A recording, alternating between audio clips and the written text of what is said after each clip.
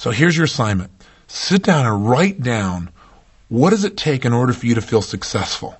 Answer the question thoroughly. 2, what does it take for you to feel loved? And by the way, it may be different by your kids than it is by, let's say, your spouse. 3, what does it take for you to feel confident? 4, what does it take for you to feel like you're excellent at something? As you answer those questions, I then want you to look at those rules and ask yourself this question: are these rules appropriate? Have I made it really hard to feel good and real easy to feel bad by having like 29 things that have to occur simultaneously for me to feel successful? If that's true, change your rules. Come up with a definition that empowers you. Something that will make you grow, but something that you're in control of. Make it easy to feel good. I'll tell you a way to start out phrasing your new rules. Start out with a phrase, anytime I. See, not after I do 29 things, anytime I. So for example, what it takes for me to feel loved is anytime I'm being loving, I feel love in my life. You know what's great about that rule? I'm in control. I get to ring the bell. I can at any moment make myself feel loved by just being loving. I'm in charge of that. That's easy. It's simple. It's a winnable game.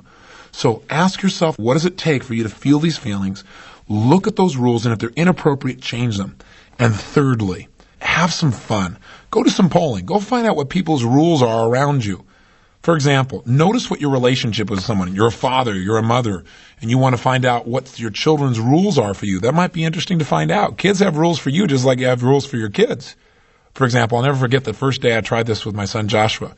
I said, Josh, what must a dad do or be for his son? He looked at me kind of funny and said, what do you mean? I said, well, for me to be a great dad, or for a dad to be a great dad as a whole, what must the dad do or be? And he thought for a moment, he kind of smiled, and he said, well, a dad must love his son. I said, okay, what else? He said, well, a dad must really care about his son. I said, okay. He said, a dad must really be there for his son when his son needs him. I said, okay. All those were things I expected. I said, what else must a father do or be in order to be a great dad? He said, well, in order to be a great dad, a dad must not tell his son all the answers on his homework.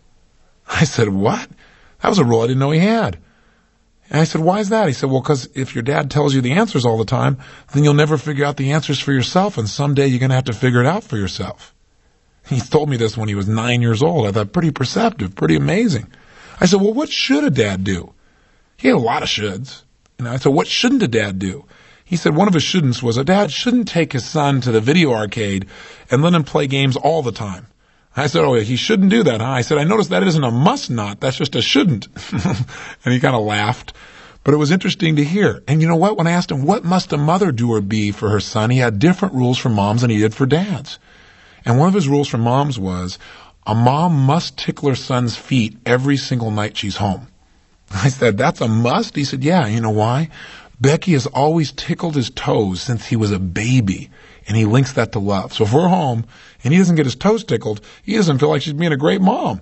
It's funny, the little rules that we have inside. I said, well, let me ask you about you.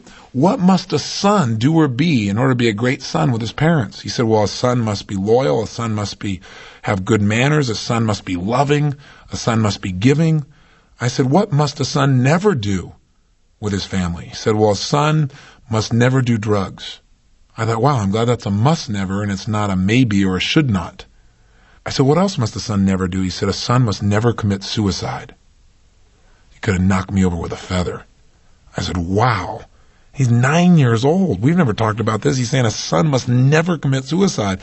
I didn't know how to handle it at first, but I thought, you know what? I'm really glad that's a must never. For some people, it's a shouldn't, and that's why some people aren't here. For him to commit suicide would be massive pain. He's got that at 9 years old. How fantastic. See, we all have rules, whether we know it or not. They're governing our thinking. Go do some exploration. I remember one time when we started talking about this, Becky was feeling kind of down and out because we got in late for Halloween and she hadn't had time to decorate the castle and put up streamers and all that kind of stuff. And she was feeling like she wasn't being a good mom. She was really beating herself up. And I said, you know, honey, you do everything. You work so hard. You contribute so much. I said, why don't you give yourself a break? I said, you know what? You're doing all this stuff because you think you must do it, like you have to, like it's a rule. But is it your rule or is it the kids' rules? I said, do you think they must have it? She said, yes, they've always had it. That's how they know. That's how they know I care. I said, why don't you go take a poll? Why don't you go ask them, what must a mom do at Halloween for them to feel like it's a great Halloween? You know what? Their rules have changed as they've gotten older. Our rules do change as we live our lives. And you know what? Becky found out that these weren't their rules, they were her rules. She felt like she had to do things in order to feel like she was a great mom. And you know what? She finally just got off of it. And she didn't need to do that. We did other things that made the kids really feel fulfilled. The same thing at Christmas time. We have some people that sometimes come and visit with us at Christmas, and now what we do is we find out what are their rules for Christmas. What has to happen for you to feel like this is a great Christmas? Some people have to sing songs. Some people have to make cookies. We're not into cookies, but we did that with somebody because that's what makes them feel loved. That's their rule for that. For some people, they don't celebrate Christmas. They celebrate Hanukkah. It's a whole different frame. And obviously we want to meet their rules. And what we do is we get together and try and meet everybody's rules so everybody's happy. You can't do it always. But if you're conscious and you know what the rules are, you can win. If you don't know the rules, you're guaranteed to lose. You're going to violate them. If you understand people's needs, you can meet them, and every relationship in your life will be expanded. Understanding rules can allow you to eliminate most of the pain in your life and increase the pleasure.